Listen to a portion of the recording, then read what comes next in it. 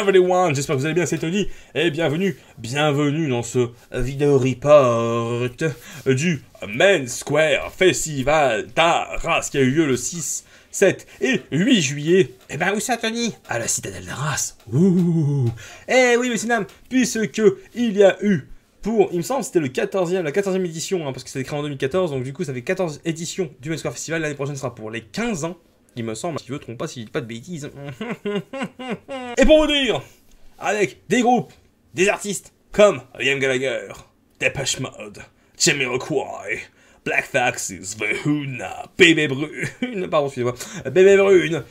Vous avez aussi, entre autres, Gojira. Très très gros show de Gojira, mais j'y reviendrai d'ici quelques instants. Mais aussi, Queen of the Stone Age, Orelsan, Nekfeu, I Am, Tata, je vais te fumer derrière les cyprès, bref, t'as compris, et plein d'autres artistes éclectiques. Alors, très honnêtement, entre vous et moi, hein, je n'attendais pas grand-chose du Main Square Festival.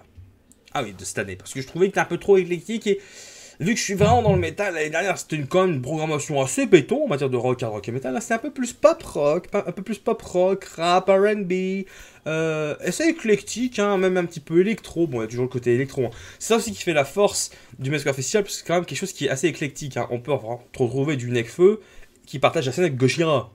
Voilà, hein. L'un ne va pas sur l'autre, ça peut se coller, hein. Attention les gestes suspicieux. Je vous vois venir, bande de petits coquins. Et du coup, tu vas me dire... Tony, tu vas faire une vidéo pour chaque jour ou bien tu vas faire une vidéo pour les 3 jours? Alors, très honnêtement, mon petit coco, mon petit Billy, je vais te faire une vidéo pour les 3 jours. Un complet, salade, tomate, oignon, viande, sauce samouraï, pour te dire que oui, une vidéo pour les 3 jours. Alors, des extraits de live, des extraits d'interview, j'en ai que 2, donc au bout d'un moment, les extraits d'interview, on va aller vite, hein. Enfin, une 3e improvisée avec au barbershop Antoine, hein. Bref, vous comprendrez ça plus tard. Mais voilà, donc j'ai eu The Huna le dimanche et Black Foxes le samedi. Voilà, vous aurez des extraits d'interview et les interviews complètes, vous pourrez retrouver ça évidemment sur le YouTube d'ici pendant l'été. Mais voilà, laissez-moi un petit peu goupiller tout ça, tout honnêtement, tout subtilement. Et passons tout de suite, j'ai envie de vous dire, pour commencer, un extrait de live, puisqu'il s'agit de Nothing But Thieves. Nothing But Thieves, très très très bon groupe que je vous conseille d'écouter si vous n'avez pas encore vu. Et justement, voici un petit extrait live, rien que pour vous, dans ce Main Square Festival Report spécial One TV. Et je tiens à vous remercier directement maintenant, comme ça sera évidemment, ça évitera un petit peu de le refaire à la fin. Je tiens à remercier la Nation France, le Main Square Festival, bref, organisé par les deux, hein, voilà. Myriam Astruc, donc le service presse, du coup Myriam Astruc, Virginie Battista, Océane Caso, bref, et tous ses camarades, tous les collègues du service presse, les camarades presse, l'école média, François Nory qui a fait les photos pour MTV, bref, voilà, une équipe complète, encore cette année. Un bisou à François Lampin, dont c'était le retour inattendu que j'ai revu là, un bisou François. Bref, c'est parti pour Nothing But Thieves tout de suite en live sur le MSF Report Special of Warm TV. Oh yeah. The music is so gone.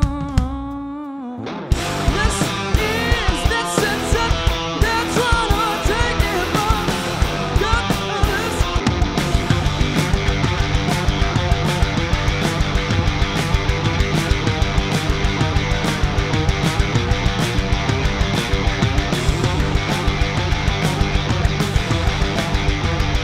c'est Nothing But Thieves. J'espère que t'as aimé. Et maintenant passons à une interview. Ah oui, parce que tu veux me dire, hey, Tony, t'es gentil, t'es sympa, t'es mignon, t'es redondant. Mais bon, au bout d'un moment, parle-nous un peu de ton avis, de ton opinion. Et de ce fait-là, je vais vous parler de la journée du vendredi 6 juillet, où j'ai pas eu franchement d'interview. Donc c'était un petit peu, je me gratte les bourses hein, au niveau de la journée. Enfin, ça me grattait les bourses, oui non, fallait que j'aille voir les concerts entre autres. Hein, mais avec des concerts comme The Breeders, avec Damien Junior Gong, donc Damien Marley. Damien Marley, fils de Bob Marley, attention, hein, légende vive, enfin légende ultime du milieu reggae, hein, Bob Marley, hein, pour ceux qui ne connaissent pas, hein, je vous invite à l'écouter. Vous avez aussi Paris, et il y avait un concert que j'attendais par-dessus tout, messieurs dames, c'était à Gojira, sur la main stage à 20h45, 21h45, 1 heure de show. Je peux vous dire que pour ceux qui ont les a vus au Hellfest, Gojira c'était déjà comme ça, alors au Main Square, avec entre guillemets un an plus tard, ici, le level au-dessus, tu vois. Ça se voit que le Grammy Award, il a fait du bien, il a fait du bien, ça a enjaillé ses verres, sa maman. Donc ça a un peu boosté, voyez-vous, hein. Avec des chansons évidemment issues du dernier album Magma, hein, avec entre autres The Cell, The Shooting Star, Silvera, Stranded ou encore des anciennes comme Flying Wells, hein, pour très bonne performance de Flying Wells, des pyrotechniques, des jets entre guillemets de vapeur, un peu extincteurs, tu vois, et des jets de flammes, de pyrotechnie, bref.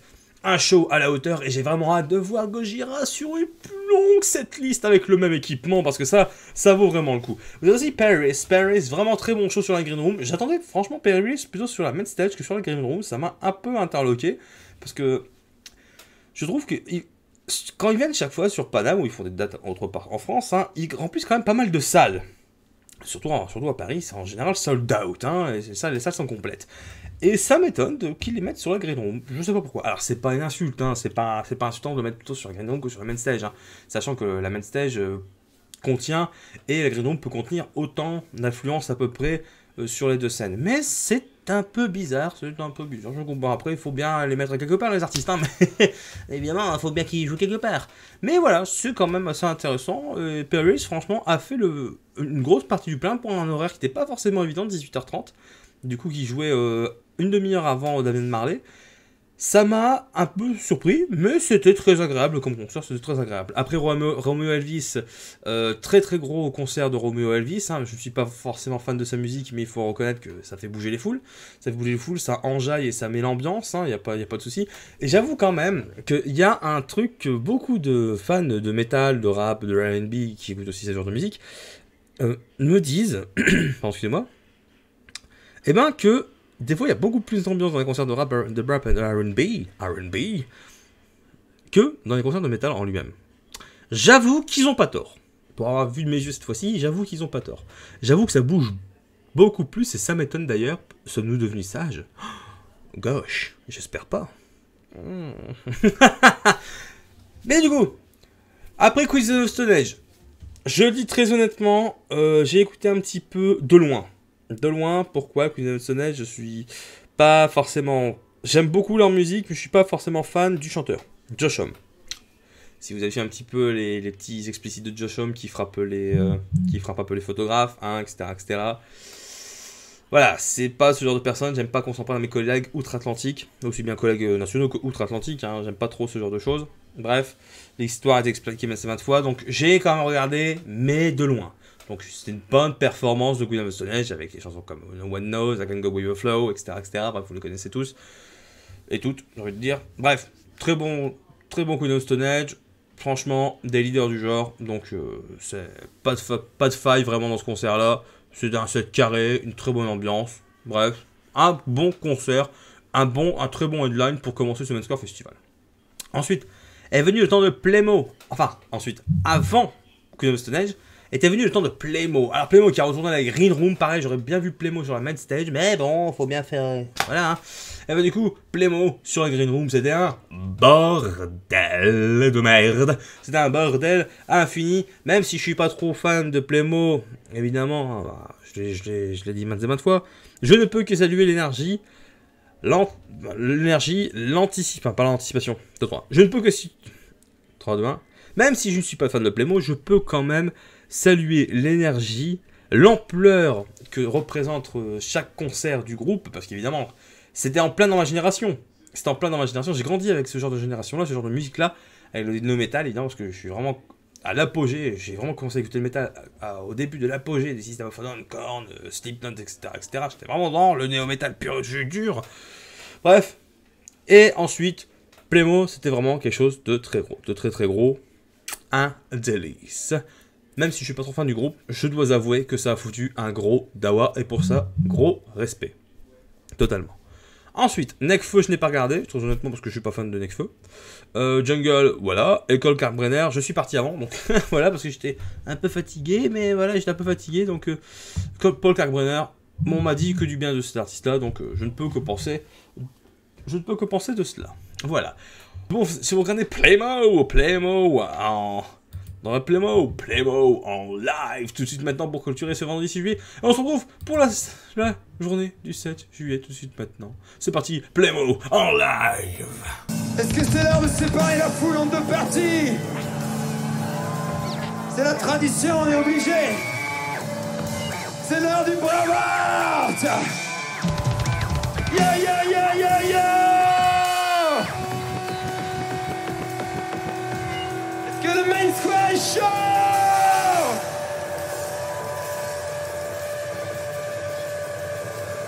Vous êtes prêts? Il y a pas mal de filles dans ce bravard, c'est bon ça. Les filles, vous êtes là? Est-ce que les gars, vous êtes là?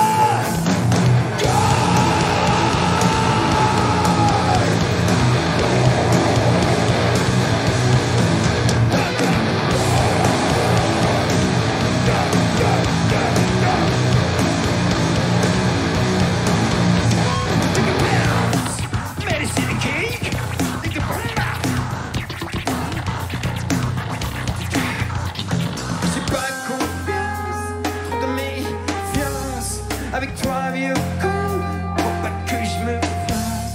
Je suis pas tellement du style à suivre les influences. J'ai du genre hostile.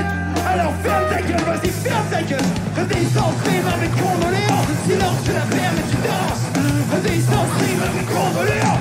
Personne ne parle de 30 ans. Les kicks de l'étoile. Pour masquer les combats. Les kicks de l'étoile. You can die.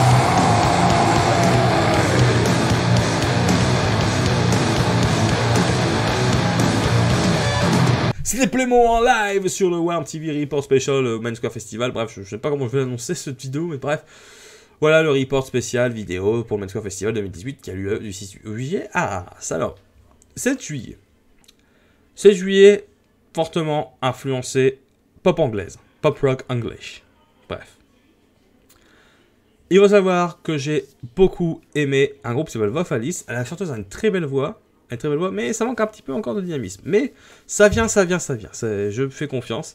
J'ai écouté aussi OK Monday sur la Green Room, qui est un groupe originaire de Lille, un peu un power pop originaire de Lille. Donc je vous invite vraiment à l'écouter OK Monday si vous ne connaissez pas, parce que c'est vraiment quelque chose qui vaut le détour.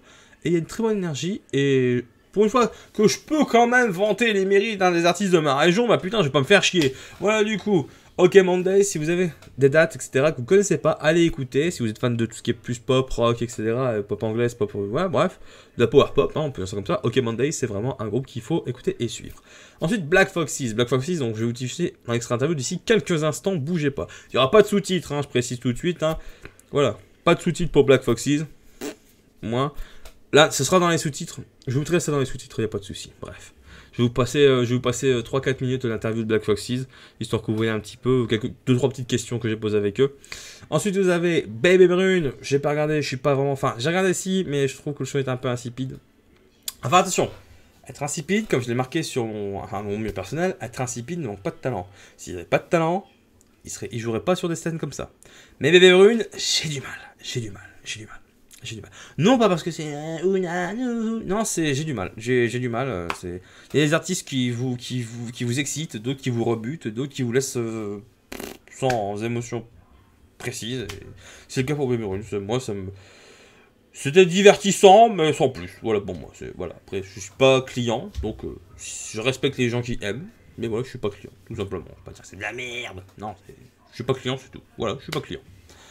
Bref, ensuite, Keith Francis Colley, je n'ai pas regardé. Liam Gallagher, évidemment, c'était un jour de match où l'Angleterre jouait, c'était dans la demi-finale contre la Belgique, ou c'était contre je sais plus qui, bref.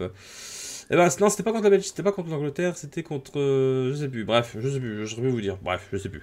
Et très bon show de Liam Gallagher, beaucoup disaient que c'était un peu terne, je trouve pas. Bon, après, Liam Gallagher n'est pas connu pour être un très gros communicant, hein, mais il y en a certains qui ont dit comme quoi c'était mieux que d'habitude, parce que d'habitude il était un peu plus voilà, t'as compris.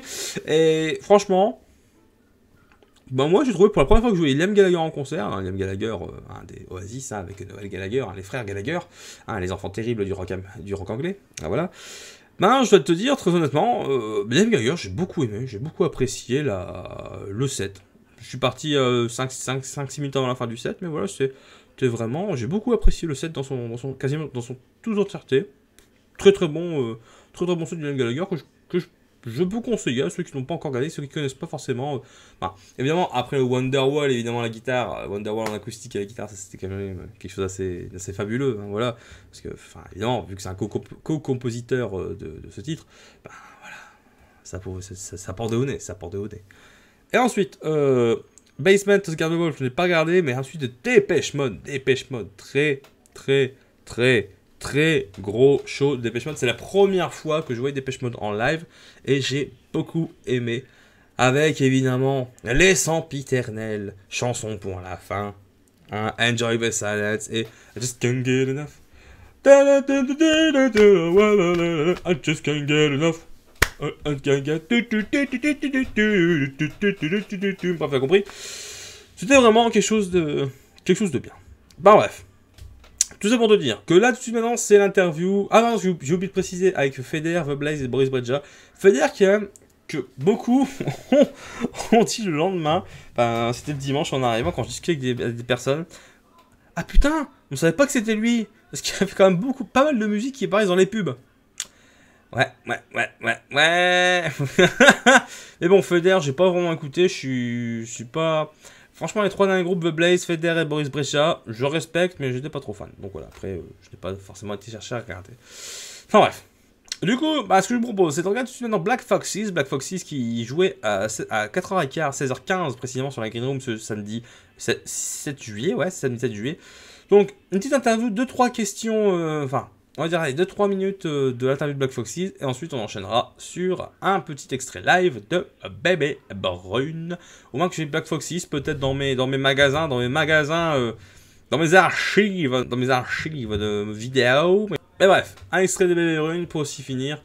Tout de suite maintenant sur Warm TV dans ce Main Square Report. C'est 2-3 minutes d'interview de Black Foxes. Et ensuite, un passage de Bébé Brune en live au Main Square Festival d'Arras. Ça tout de suite. Et ensuite, on parlera du dimanche 8 juillet. A tout de suite. Hey guys, it's Tony and welcome to Main Square Festival. It's the second day. I have a pleasure to have an interview Black Foxes. Hey guys, how are you doing? Good. You play this afternoon at 4 p.m. At 4 and 4:50 at the Green Room stage. So, what is the feeling to play in one of the most popular European festivals in pop rock and European metal music? What was the feeling? Yeah, I think we're just really grateful to be able to play European festivals across the board. We've not actually heard this one before, but the lineup's amazing, so really excited. Really, because you have some experience now, because you play at Download Festival, Leeds, you will play this summer at Reading Festival, one of the most precious rock festival in Europe, prestigious in Europe. So, is it now because you played the band 3 years ago? 5 years ago now? And because 3 years ago is the release of the first album. I'm not well, so sorry for me to say. 5 years ago, and you gained more experience. And have you imagined to have this level, to arrive here at this kind of festival? If the best, I told you, guys, in 5 years you play at Reading, you play at Download, at Main Square Festival. So, did you believe that if some people told you this 5 years ago? Well, I think we always wanted to achieve high things. Not as a hobby, as a career, so we kind of, not expected to, but we believed in the music and we believed in the people around us, so it's more just about, it's always wanting to progress and do more really. You can't get caught up in what you're doing, you've got to give it the next step.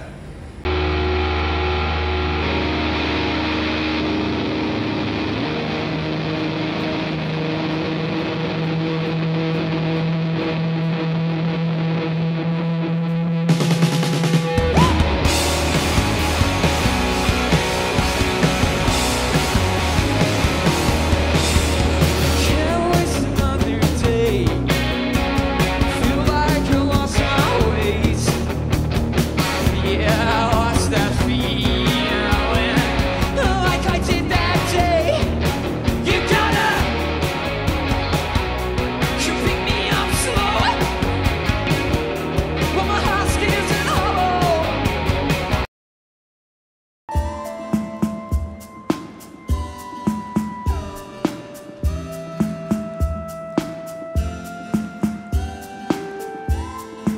Éclair, éclair, tatoué sur la peau.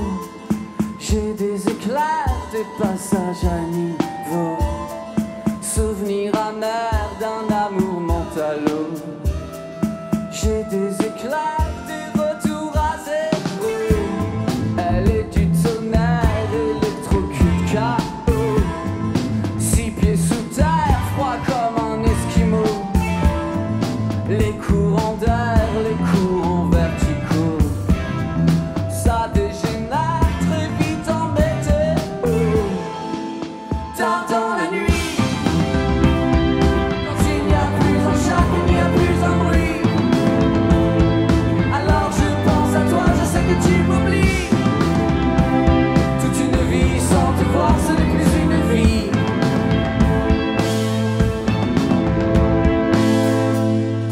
Éclair, éclair, les cheveux gominos. De quoi j'ai l'air sans ma super-héros. La ionosphère, j'ai grimpé au rideau. Des années-lumière, des flashbacks de trop. Éclair, éclair, les yeux noirs pour un rien. De quoi j'ai l'air en astrophysicien. Les haches de guerre, les revers à deux mains. C'est délétère, je l'enterre, elle revient. Tard dans la nuit, quand on y voit plus clair qu'il n'y a plus un bruit. Je ne sais plus quoi faire quand plus ne sait plus pli. Ses yeux éclairs, éclairs qui versent de mépris. Même square, vous êtes là ou quoi?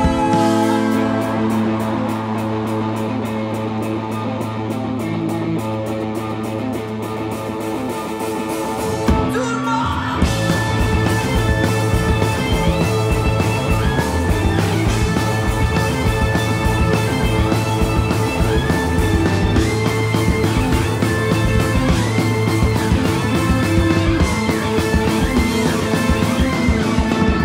Tard dans la nuit, quand il n'y a plus un chat, il n'y a plus un bruit. Alors je pense à toi, je sais que tu m'oublies. Toute une vie sans te voir, ce n'est plus une vie.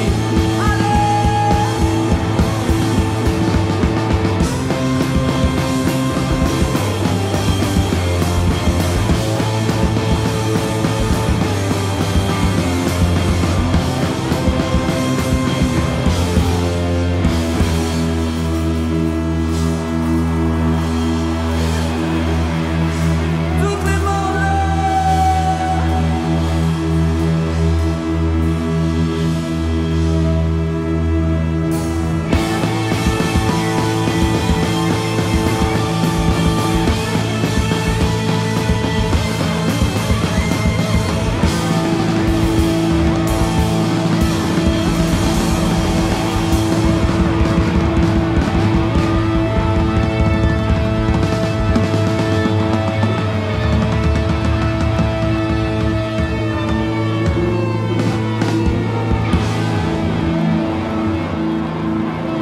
Merci infiniment. Passez une bonne soirée les amis, à bientôt.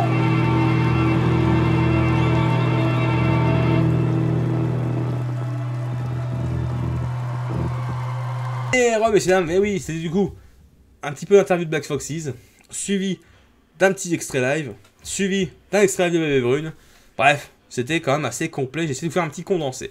Mais bref, de ce fait là, passons maintenant au dimanche 9 juillet. Dimanche 8 juillet, pardon, c'est le 9 juillet, donc dimanche 8 juillet, avec Younger, Double T, Loïc Noté. Younger, qui est un artiste solo qui joue avec sa batterie et des samplers. Très très grosse performance et très très grosse révélation pour moi, je ne connaissais absolument pas. Et bien franchement, ça m'a sidéré, Très honnêtement, ça m'a sidéré.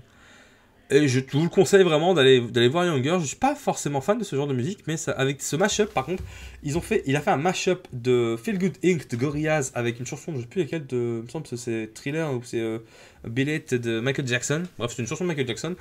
Et ça m'a enjaillé de ouf. Sans déconner, hein, ça m'a enjaillé de ouf. Ce mashup sonnait ultra bien.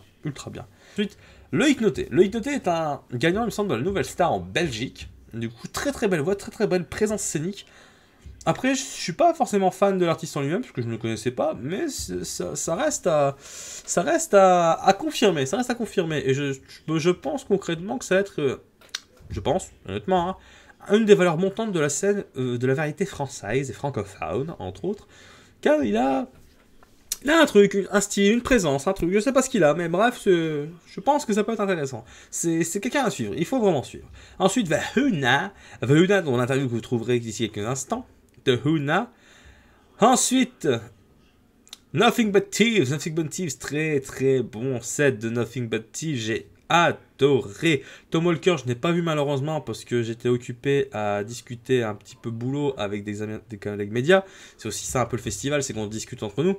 Les papas du rap français, les piliers, les tauliers du rap français, I am. Les maîtres de l'école du micro d'argent. Très très grosse presta des hits, je danse le Mia, le côté obscur. Bref, vraiment des gros titres, des gros riffs, des gros beats, comme on dit. Hein. C'était vraiment sale de chez sale, mais dans le sens c'était du sale, mais du sale qualitatif, messieurs, du sale qualitatif. Ensuite, Portugal Women, je n'ai pas été voir malheureusement, parce que j'attendais pour Jamiroquai, JK. Très très grosse presta de Jamiroquai qui a fait danser la foule, qui a commencé 2-3 minutes en retard. Bon, après, on s'en fout, hein. De toute façon, un concert ne commence jamais à l'heure, entre guillemets. Mais, petit point noir. Enfin, petit point, un point gris, on va dire. J'attendais vraiment 2 chansons dans ce set. Évidemment, il y a eu Love Philosophy, il y a eu Little Hell, il y a eu, bref, des pistes emblématiques de Jamiroquai, hein. Mais j'en attendais 2 essentielles. Première, Deeper Underground, évidemment qui a servi de BO pour le film Godzilla avec, comment il s'appelle, avec, je ne sais plus le nom, il y a joué aussi Inspector Gadget, là, le machin, dans le reboot de Disney, là, je ne sais plus son nom, bref. Et surtout aussi avec Jean Reno, entre autres, hein, c'était le film Godzilla de 98, donc d'il y a 20 ans. Et aussi, surtout, la piste emblématique qui a fait découvrir Jamiroquai, qui l'a propulsé au monde entier, Virtual Insanity. Il n'a pas fait ces deux-là. Mon cœur saigne encore en y parlant parce que j'attendais vraiment ces deux-là. Enfin, Deeper Underground, il l'aurait pas fait, c'est pas grave. Mais au moins, Virtual Insanity, qui était pour moi une des pistes, qui est pour moi la piste la plus emblématique de Jamiroquai, il ne l'a pas faite. Je suis extrêmement déçu. Mais à ce qui paraît, il est un peu tardé par le temps parce qu'à la fin, ils ont fait. À la fin, Jamiroquai a fait. Sorry. Voilà, vous mettez 1h30 de l'artiste. Pour un gars comme Jamiroquai, c'est un gars qui peut te faire le show pendant 3 heures, parce qu'il y a eu quand même des jams, quasiment des jams, et des morceaux qui ont duré éternellement longs, mais qui ont foutu une grosse ambiance en scène, tout le monde, quasiment les 3/4, quasiment la totalité de la foule présente dansait, bref, c'était enjaillant au point possible. Ensuite, Justice, je n'ai pas été voir parce que je suis pas trop fan de Justice, je suis pas fan de Justice. Ensuite, il y a eu le moment que tout le monde attendait tous, enfin, toutes les personnes présentes pour le week-end attendaient tous, parce que ça en parlait à gauche, à droite, de devant, de travers, c'était le concert de clôture de Summer Score Festival 2008 avec la presta d'Orelsan. Par contre, je vais marquer un point noir. Ce ne concerne pas Orelsan, attention. Ça concerne plutôt le public. Quand vous attendez pour un concert, tous ceux qui passent avant, surtout un gars comme Jamiroquai, qui quand même là dans le métier depuis longtemps, qui n'a plus à faire ses preuves. Merci de respecter quand même un minimum l'artiste, même si vous en foutez, vous n'aimez pas forcément sa musique. Le nombre de personnes, donc j'ai pu travailler un petit peu dans la foule pendant la fin de Jamiroquai, hein. Je veux dire, putain, il casse les couilles le roast beef, dégage. On veut Orelsan, il casse les couilles, ça dure trop longtemps, ils font chier ces gars-là, putain, dégagez, etc. Bref. Ce genre de propos, passe-moi respect 0, respect, tu veux le respect, tiens, hop, ça c'est pour toi le petit rageux, tiens. Bref, Orelsan, très gros concert, après c'est pas mon artiste préféré, mais voilà, c'était vraiment quelque chose de bénéfique. Voilà. Donc pour ce dimanche 8 juillet, vraiment très très bon, très qualitatif aussi, très qualitatif. Je vous conseille Younger, Loïc Noté, Nothing But Thieves, Girls in Hawaii, Jamiroquai et évidemment Orelsan, Portugal Women, même si j'ai pas été les voir en concert parce que j'étais un peu occupé à faire autre chose aussi. Mais bref, très qualitatif comme concert. Ce que je vous propose, c'est qu'on va se regarder un petit peu d'extrait live de The Huna. dans l'interview que j'ai faite avec Huna. On va se regarder aussi, je pense, un petit peu de Girls in Hawaii. Dans le lot, extrait d'interview de The Huna. Ensuite, extrait live de Girls in Hawaii, Nothing But Thieves, Jamiroquai. Et on finira par Orelsan. Non, Orelsan, je vous le laisse pour la fin parce que je suis un FDP. Bref, de ce fait-là, messieurs, dames, on se regarde l'interview de The Huna, enfin l'extrait d'interview de The Huna, l'extrait musicaux live de Nothing But Thieves, de Girls in Hawaii et de Jamiroquai, pour finir. Et ensuite, on fera des bisous, on se dira bonne nuit et bonne soirée, et on se laissera avec Orelsan. Mais tout de suite maintenant, c'est The Huna, Nothing But Thieves, Girls in Hawaii et Jamiroquai sur Warm TV pour le report spécial vidéo du Main Square Festival 2018 qui a lieu du 6 au 8 juillet à Arasa. 14e édition. A tout de suite après ces vidéos. Well, it's Tony and welcome on Main Square Festival in Arras, north of France. It's the third and last day of this edition of 2018. I have a pleasure to have the Huna here and tell you guys how are you on this fucking warm and sunny weather. Yeah, Good. Very good. So beautiful day.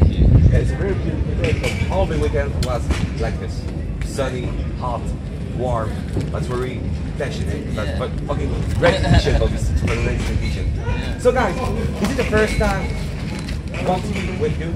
So first time you take it with us? Yeah. Sorry. I want to know a little bit about Vienna because you're duration. You're a young man because you created 3 years ago in 2015. Yeah. So, and in 3 years, you play many festivals. You play at Berlin and last June at Alpine East Festival in London and many great festival in England. So, can you tell me about the band? How created? Because I know Dan and then you made it college. And so your friends many times, a long time ago. Yeah, I mean, yeah, we got released to the world in like 2015. Yeah. So it's only been 3 years, but we were with other bands before that. Yeah. Together trying to get to this point. So it's been like 6 or 7 years in the making. Yeah. And then yeah, I met Dan at college when we were 15. Started the band there. Janae and Dan have known each other since they were like 6 years old. And we've known Jack for probably about 6 years. About 5, 6 years, 7 years. So we've all kind of grown up together through our teenage years, and yeah, we're all the best of buds and a band of brothers, but we were friends before the band anyway. So.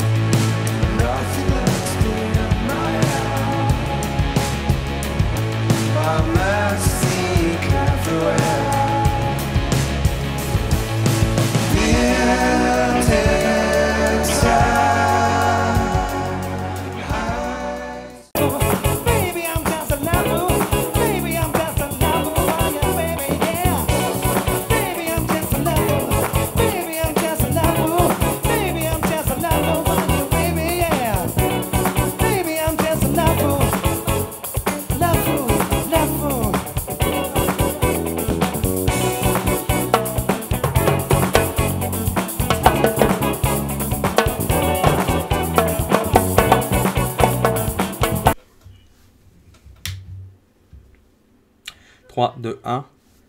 Et voilà, messieurs, dames, j'espère que vous avez apprécié ce report vidéo un peu longué, je l'avoue. Mais bon, il fallait quand même faire quelque chose de bien, hein. Il fallait quand même faire quelque chose de bien, je suis désolé. Mais bon, quand même, une petite demi-heure, ça, voilà. Un week-end, tu peux pas résumer un week-end en une demi-heure. Mais avant tout ça, excuse-moi mon coco, j'avais oublié de te dire un truc. J'avais une interview pour toi. Une interview avec Au Barbershop. Hein? Voilà, Au Barbershop. Donc, je tiens d'abord à remercier... Avant tout ça, avant de lancer l'interview de Barbershop et finir par Orelsan, je tiens à remercier l'organisation du Main Square Festival, la ville d'Arras, la communauté urbaine d'Arras, à remercier aussi les collègues médias présents là-bas, le service presse Myriam Astruc, Virginie Battista, Océane Nicaso et tous ses camarades présents au bureau presse, à la tente presse du Main Square Festival qui ont été d'une extrême gentillesse, d'une sympathie, d'un professionnalisme, un sourire, un rire et des services qui nous ont rendu, franchement, on était franchement pénibles, hein. Aussi bien moi que les autres, on était pénibles au bout d'un moment, Mais bon, ils ont toujours su répondre avec le sourire. C'est vrai que des fois, on a un peu des enfoirés. On a l'impression de pousser un peu le bouchon. Et ils ont toujours su répondre gentiment, avec le sourire, et même en rigolant avec nous. Mais c'est vrai que si, c'est un circuit aussi, ces festivals comme ça. Toujours un circuit, toujours sur le rush. Donc merci de leur disponibilité, parce que franchement, c'était pas évident aussi.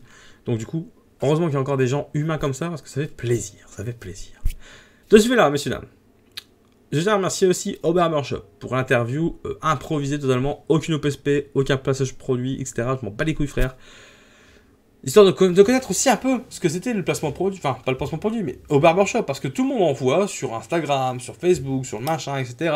Mais on sait pas ce que c'est au barbershop. Ah si, il n'y a pas les produits pour les barbiers. Mais si ça peut intéresser des gens, savoir un peu comment ce genre de marque a commencé, ce genre de stand a commencé, parce que ce sont des humains avant une marque, évidemment. Eh ben, ça peut te faire toujours plaisir. Et ça va être l'occasion aussi, vous allez voir un petit peu mon barbier, Steve Dorchy, Place des Gentlemen à Pécancourt, ça par contre c'est un placement produit. Du coup, c'est un placement produit. Steve Dorchy, barbier, au Place des Gentlemen, Place du Général de Gaulle, à Pécancourt, 5946, un petit peu de pub. Big up à toi, barbier. Bref, un beau barbu qui fait de le bon travail. Mais tout de même, c'est l'interview d'Antoine de Barbershop avec moi. Cette dernière interview pour ce Main Square Festival. Et on se retrouve après pour se dire au revoir à Corelson. Allez, des bisous à tous et à tout de suite. Eh, salut à tous, j'espère que vous allez très bien, c'est toujours Tony. Et oui, aujourd'hui nous sommes toujours au Main Square, c'est le dimanche, c'est le dernier jour. Alors, vendredi, je suis passé sur les stands, pour voir un peu ce que ça donne, voir les exposants qu'il y avait, etc., etc. Et je suis tombé sur au Barbershop. Et vous pouvez voir, vous allez voir un petit peu avec les images qui ont défilé durant cette interview, que je stand au barbershop et qu'il y a mon barbier. Alors, quand je dis mon barbier, c'est pas non plus je me la pète, etc. Non, parce qu'il vient vraiment du patelin où j'habite dans le nord de la France, à Pécancourt. Du coup, qui est Steve, que vous verrez tout à l'heure en train de faire un petit peu le travail qu'il fait. Voilà, et qui fera vite fait quelques petits mots tout à l'heure. Mais là, je suis avec Antoine de au Barbershop. Donc Antoine, comment ça va? Ça va très bien, on est bien en Main Square là. Alors, on est très bien en Main Square et il a fait très bon, voire très chaud aussi, surtout cet après-midi où ça a bien cogné, encore plus que les 2 derniers jours. Alors, là c'est la première fois que toi et ton équipe vous êtes au Main Square. C'est ça. Et comment ça s'est passé? Comment ça s'est démarché? Est-ce que c'est Main Square qui vous a contacté directement pour installer un stand de barbier ici, ou bien c'est vous qui avez proposé à l'organisation?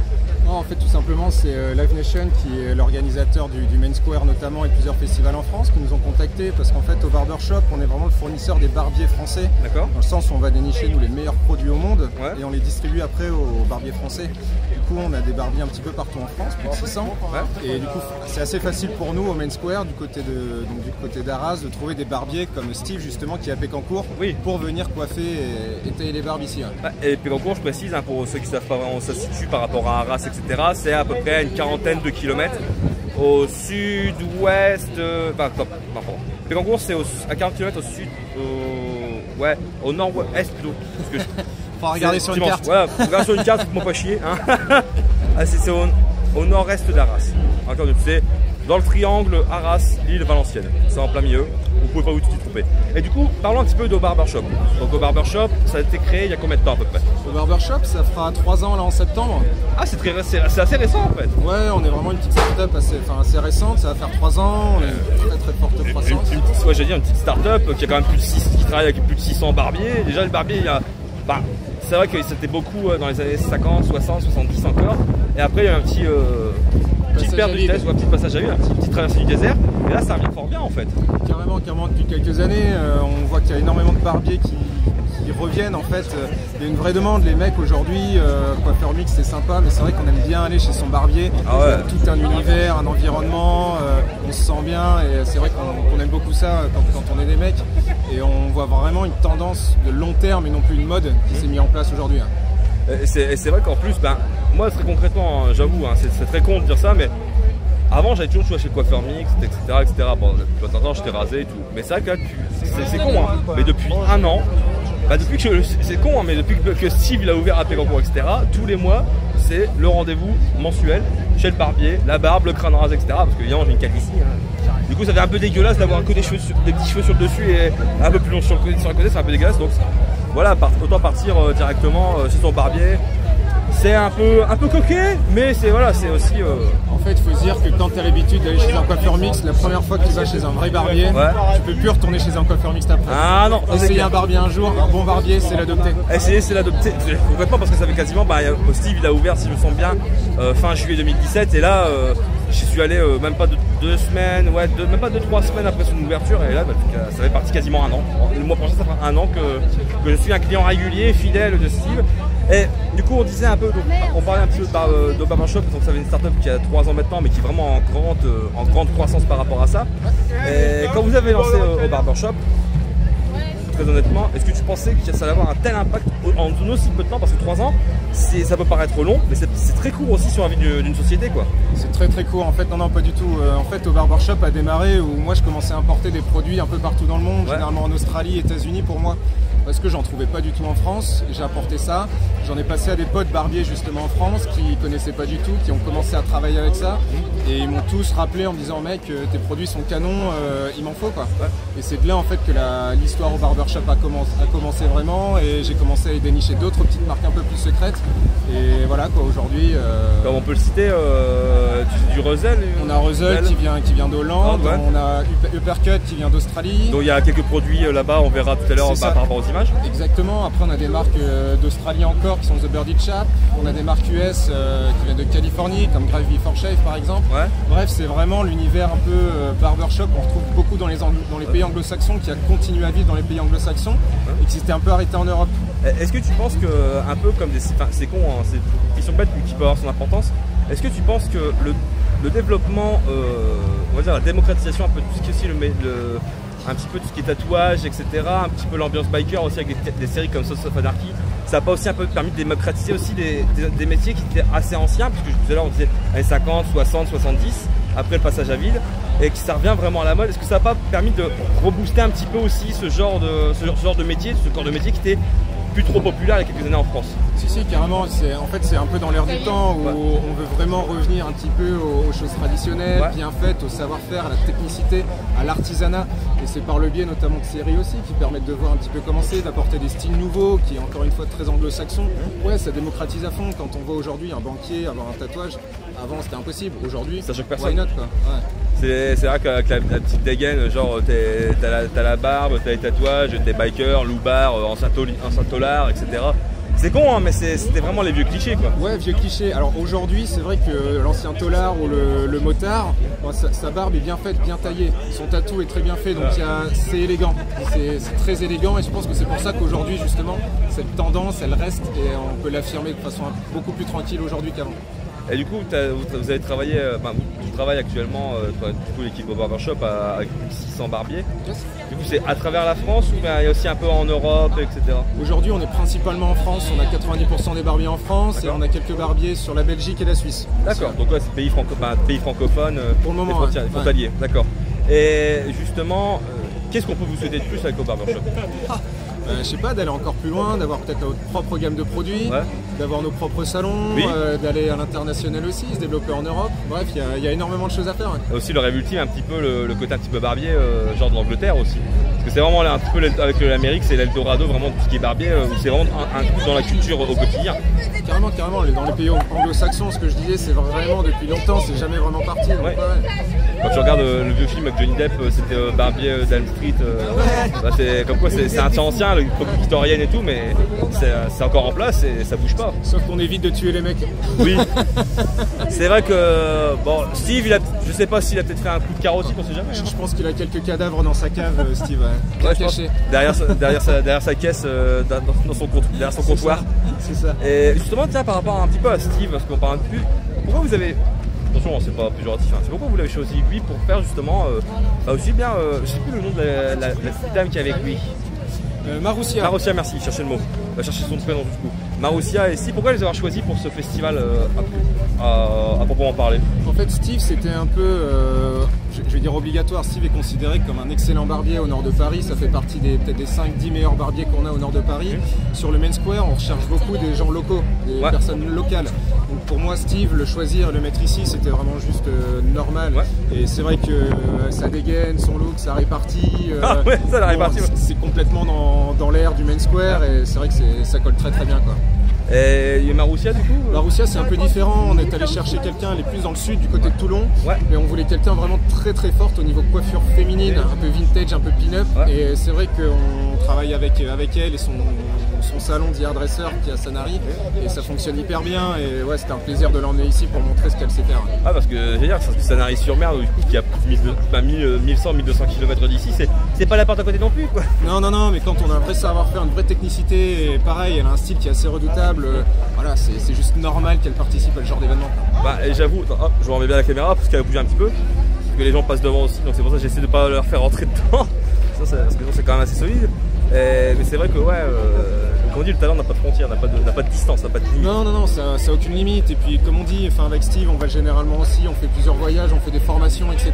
On voyage beaucoup avec nos barbiers, on les emmène dans d'autres endroits, chez d'autres barbershops. Et il a fait aussi la formation Roselle, il me semble, en Hollande, il y a quelques mois de cela. Ouais, grave, une des formations les plus réputées au monde en fait. Et c'est juste à côté de chez nous, à Rotterdam, avec une des meilleures marques au monde. Et on a passé quelques jours là-bas, avec tous les mois, on y va, nous, avec 9 barbiers.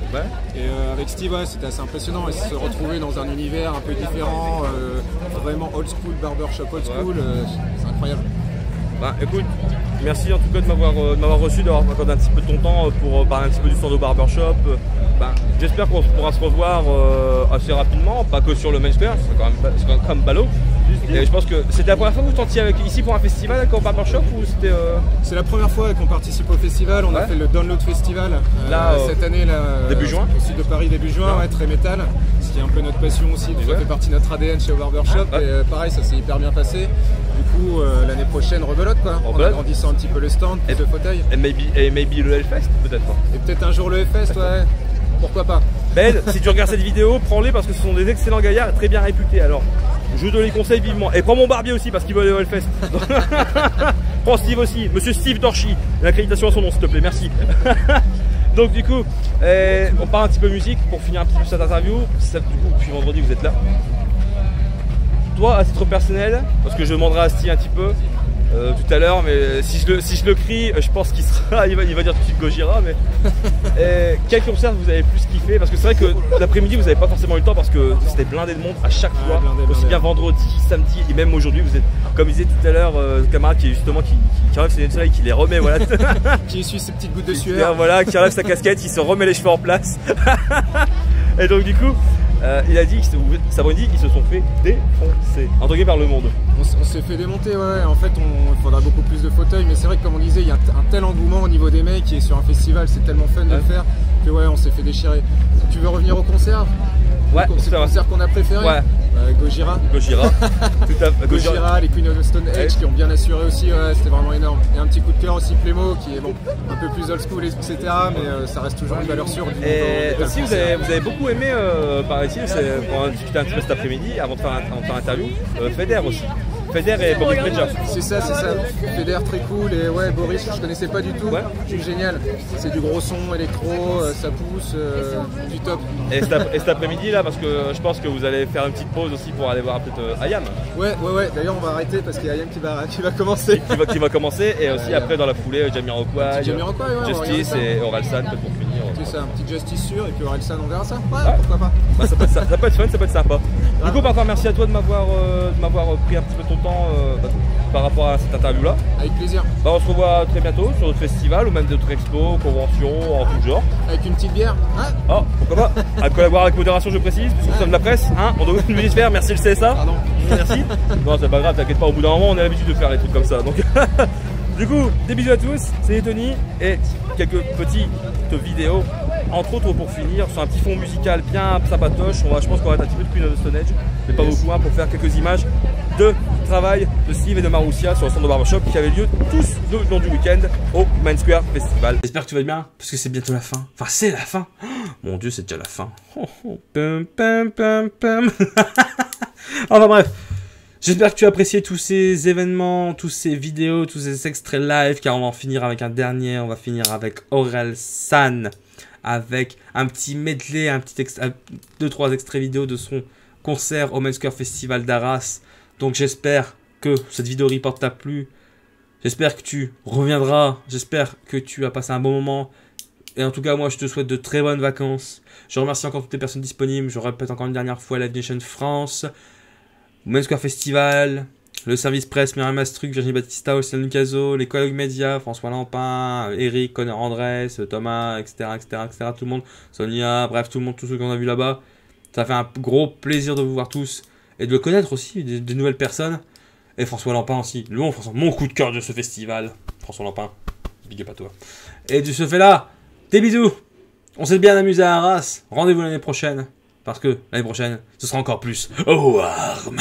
Mais tout de suite maintenant, on se laisse avec quelques extraits live d'Orelsan au Main Square Festival d'Arras. Entre autres, quelque chose, je pense, d'assez simple, basique. Portez-vous bien. Partagez la vidéo, tout ça, vous connaissez les bails maintenant. Si vous connaissez pas Warm TV, bienvenue chez nous. N'hésitez pas à liker la page Facebook, Instagram, etc. Vous trouvez tout en dessous si vous regardez sur YouTube, au-dessus si vous regardez sur Facebook. Allez, des bisous, à la prochaine, portez-vous bien. Et surtout, restez métal, restez heureux, restez warm surtout. Bonnes vacances d'été à vous tous, profitez bien. Bonnes vacances si vous en avez. Bon courage si vous bossez. Bref, en tout cas, restez chez Warm. Et bienvenue chez Warm. À la prochaine, salut, encore merci à tous. Ça serait pas la médiocrité, m'avoir, j'ai vu assez de bâtards tristes pour croire au karma. RSM par 3, le dernier volet de la saga.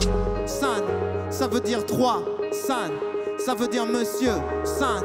J'ai mis la moitié de ma vie pour savoir ce que je veux. La fête est finie. La fête est finie. Arras.